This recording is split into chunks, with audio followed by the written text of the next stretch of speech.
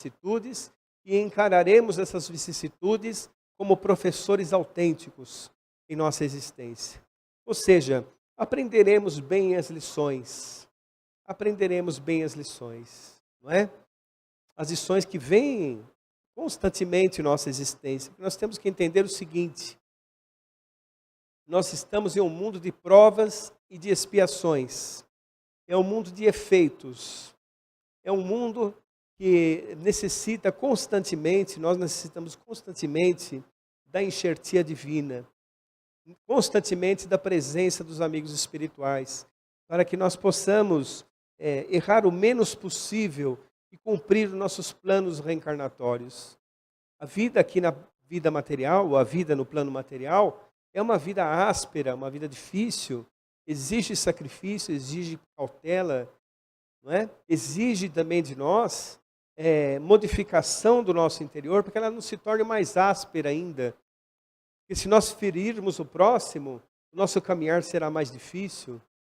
Então lá na Bem-aventurados os aflitos diz uma frase muito bonita, fala assim: não devemos deflagrar o fruto com as nossas impaciências, visto do contrário teremos que recomeçar as nossas provas. Então a doutrina espírita, bem entendida, ela vai fazer com que você até agradeça as provas. Até agradeça as provas. Porque você tem a oportunidade de se recuperar do passado delituoso. E todos nós estamos envolvidos. Se tivéssemos um passado muito calminho, nós não estaríamos aqui reencarnados. Todos nós estamos aqui num aprendizado constante. Constante. Isso é muito importante nós entendermos, não é? Agora, quando a pessoa entende isso para os outros e não entende para si mesmo, quando advém algum problema, ele se desespera. Se desespera. Então, qual é a responsabilidade do espírita? Exemplificar. Eu me lembro de uma frase de Emmanuel que dizia algo muito interessante. Ele falava assim: quando a pessoa procura a casa espírita, ele procura entender se a doutrina espírita é de acordo com aquilo que ele acha correto. Preenche as suas dúvidas, não é? Responde às suas dúvidas. E o segundo passo, ele observa a atitude dos espíritas, para ver se eles realmente abraçaram aquela questão moral da doutrina espírita, né? Porque o espiritismo fala da afabilidade, da doçura. O espiritismo explica, né, a questão da caridade, como nós falamos, fazendo com que nós modifiquemos a nossa vida. Chega uma hora que você já começa a selecionar algumas coisas em sua existência. Você já não compactua de assuntos chulos. Você muda suas companhias, muda sua maneira de ser. Até os programas de televisão você seleciona melhor. Não é? Você começa a ter você começa a limpar a sua casa mental, como diria André Luiz. Você começa a limpar a sua casa mental. Começa realmente a ter um novo panorama de vida, de existência. Não é? Aí muitas pessoas vão estranhar isso. Muitas pessoas vão estranhar. Principalmente parentes, né? O parente te vê lá, né, com aquela atitude diferente, já começa a te olhar desconfiado. Não é? Vê você lendo o Evangelho e fala: olha, vai virar santo. Você está lendo o Evangelho. Aí você fica firme ante as provocações. E aí se chamam de fanático. Mas não tem problema, não é? Não tem problema. É necessário contrariar pai, mãe, irmãos, dizia Jesus. O que significa contrariar? É seguir a sua própria trilha espiritual. Você não precisa necessariamente seguir as tradições familiares, religiosas ou espirituais. Cada um de nós, como somos autores do nosso destino, temos que procurar a nossa própria trilha espiritual de acordo com o nosso entendimento. Que cada um de nós somos diferentes uns dos outros. Cada um de nós tem vários níveis de entendimento e de assimilação das coisas, né? De assimilação das coisas. Mas o capítulo seguinte, a Bem-aventurados os aflitos, seu Cristo Consolador, diz algo muito interessante. Fala assim: a verdadeira consolação não é na terra. O mundo não nos pode dar a verdadeira consolação. É claro, nós estamos reencarnados ainda em um vale de lágrimas, não é? A maioria de nós estamos com débitos do passado muito grandes.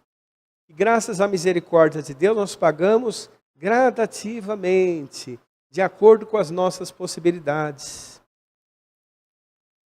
Mas a verdadeira consolação está nas aquisições do Espírito e na vida espiritual. Ou seja, se nós caminharmos bem sobre a terra, cumprindo as nossas tarefas, com calma, com paciência, com tolerância, com humildade, nós vamos entender que nós caminhamos da maneira correta. E aí, nas reencarnações seguintes, ou na própria vida espiritual, nós teremos realmente, não vamos dizer a paga, mas nós teremos assim o resultado disso, o resultado desse esforço nosso. Nós não devemos olhar nossa vida como uma única vida, logicamente, não é?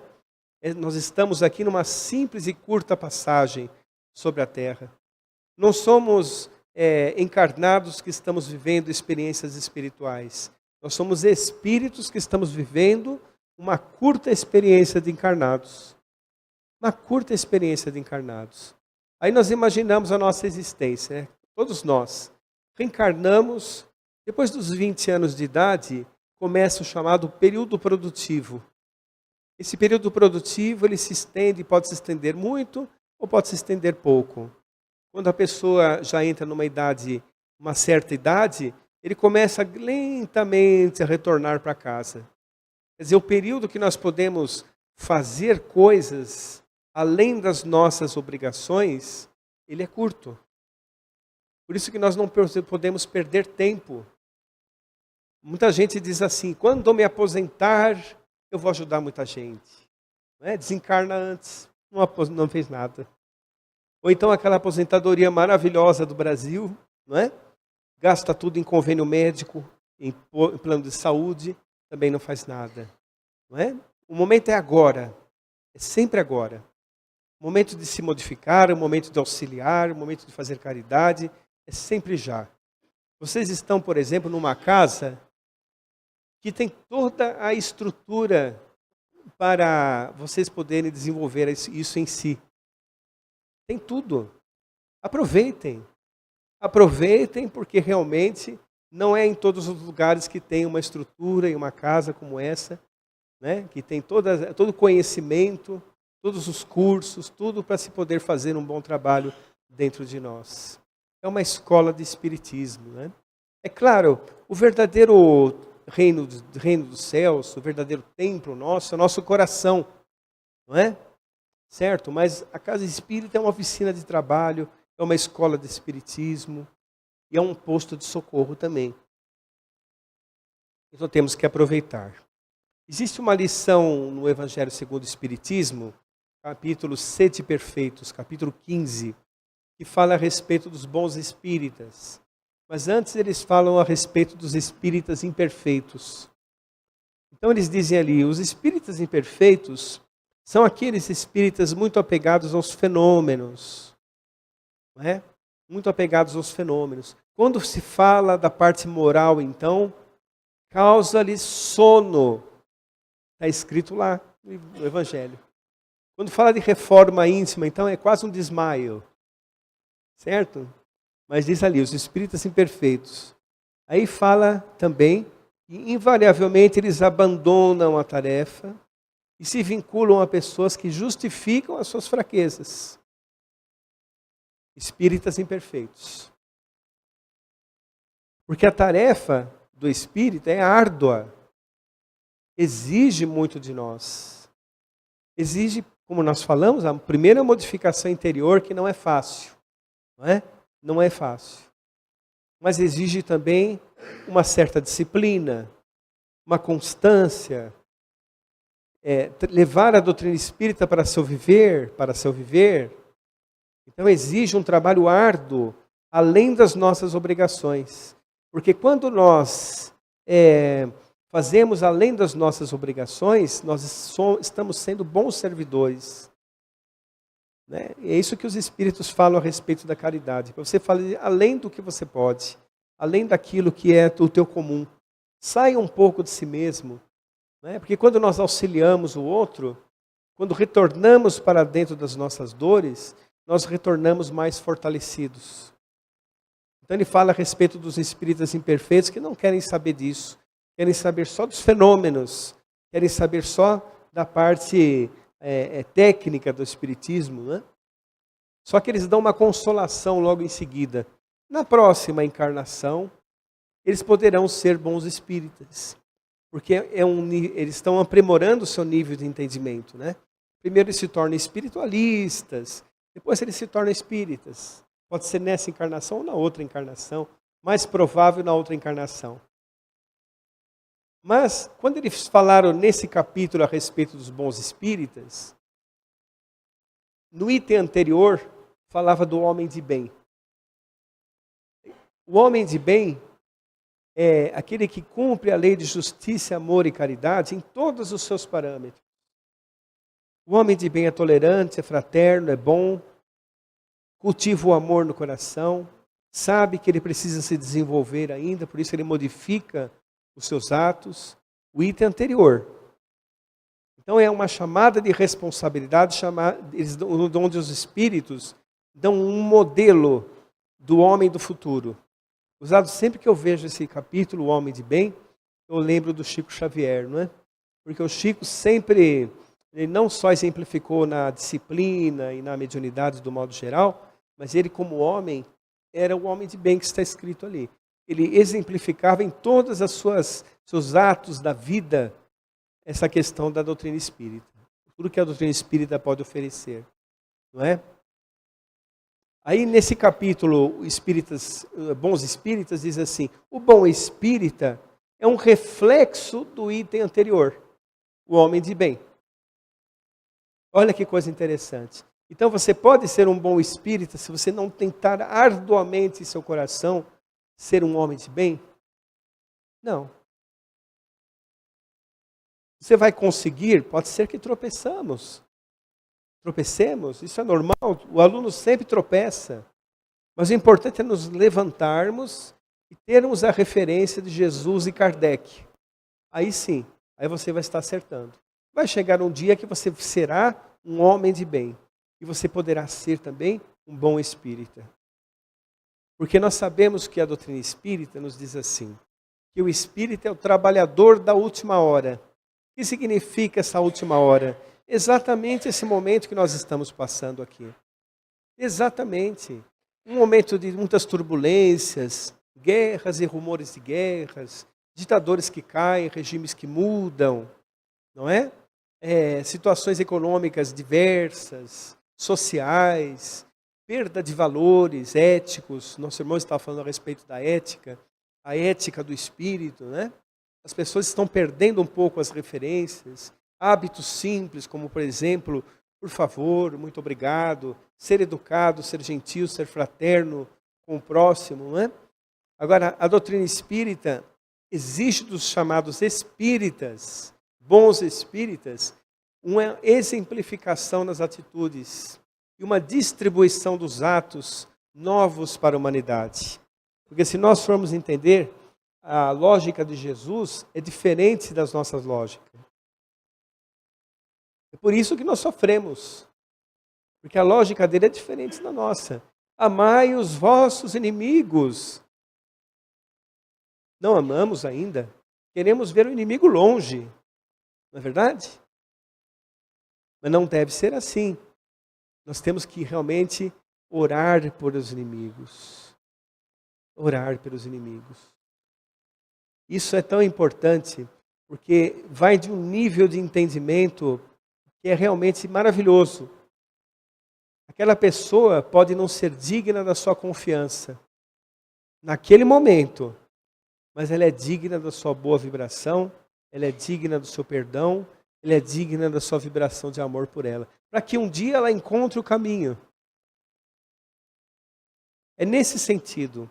Não significa que você vai andar de braços dados com ela, Porque às vezes a lei de afinidade não permite, certo? Os ideais são diferentes, o modo de pensar é diferente, a questão de visão de vida é diferente, mas ela é digna de todos os sentimentos cristãos que você pode ter por uma pessoa. Não só por aquela pessoa que você ama, mas também por aquelas pessoas que te contrariam. Aí Jesus fala assim, caridade para com os criminosos. Muitas vezes nós nos revoltamos com os criminosos, não é verdade? Mas eles precisam da vacina da justiça. Eles têm uma vida muito sofrida, eles são espíritos enfermos. Certo? Se nós desejarmos para eles o que eles fizeram para nós, nós estaremos sendo enfermos também. Então, é aquela vibração para eles. Não é retirá-los da punição da justiça, mas é fazermos aquela vibração para que eles um dia também enxerguem a verdade. Eu me lembro sempre de um caso, eu vou contar rapidamente, que o tempo já está se esvaindo, de um caso de um menino que foi assassinado por 2 trabalhadores de uma empresa em que o pai era dono, o pai do menino era o dono. Não é? Vocês devem ter ouvido falar do menino chamado Ota, certo? Aquele menino foi morto por eles, os 2 foram presos em circunstâncias terríveis, terríveis. Pois olha, esse senhor, desesperado, ele e sua esposa, foram até o Chico Xavier. Chico conversou, passou aquela medicação do amor, da fraternidade, do entendimento. Eles foram se recuperando daquela dor terrível, terrível, não é? Mas acabou com o casal, o pai e a mãe, indo até a cela dos bandidos, indo até a cela dos assassinos, fazendo evangelho com eles. Eles iam toda semana visitá-los e fazer o evangelho com eles. Então é essa atitude, a atitude dos bons espíritas. Então, gostaríamos de agradecer a atenção de todos e raciocinar a respeito dessas coisas que nós precisamos fazer para nos tornarmos bons espíritas. Eu estou dizendo, ouvindo também o que eu estou dizendo para vocês, meu ouvido está próximo à minha boca. Eu sou o primeiro que está ouvindo. Eu também estou me esforçando. Todos nós devemos nos esforçar. Porque Kardec perguntou aos espíritos da codificação, que é o espírita? E os espíritos responderam, é aquele que empreende um esforço pessoal para ser hoje melhor do que ontem e amanhã melhor do que hoje. Reconhece-se o verdadeiro espírita por sua transformação moral. Então, todos nós devemos pegar essa joia preciosa dada por Jesus, porque a doutrina espírita é um plano de Jesus para a Terra, e fazermos um bom uso daquilo, porque é o Consolador prometido por Ele. Eu gostaria de encerrar com uma prece. Posso fazer a prece? Uma prece de Maria Dolores, que fala muito a respeito disso, não é? Prece muito bonita, recebida pelo Chico. Bendito sejas, coração amigo, pelo pão que dás à porta, ao companheiro que se desconforta na aflição da penúria sem abrigo. Deus te faça feliz pela roupa que ofertas aos torturados do caminho, que tanta vez se vão em desalinho pelas feridas que trazem descobertas. Deus te conceda o prêmio da ventura pela ternura sorridente, com que levas ao doente o amparo do remédio e a esperança da cura. Deus te guarde na fonte da alegria, para lenir no esforço a que te des a orfandade e a viuvez que vivem para a dor de cada dia.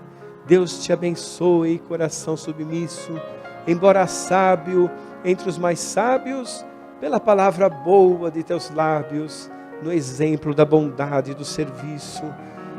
Deus te guarde do santo esquecimento do mal que te golpeia, reduzindo a extensão da chaga alheia, sem cogitar do próprio sofrimento.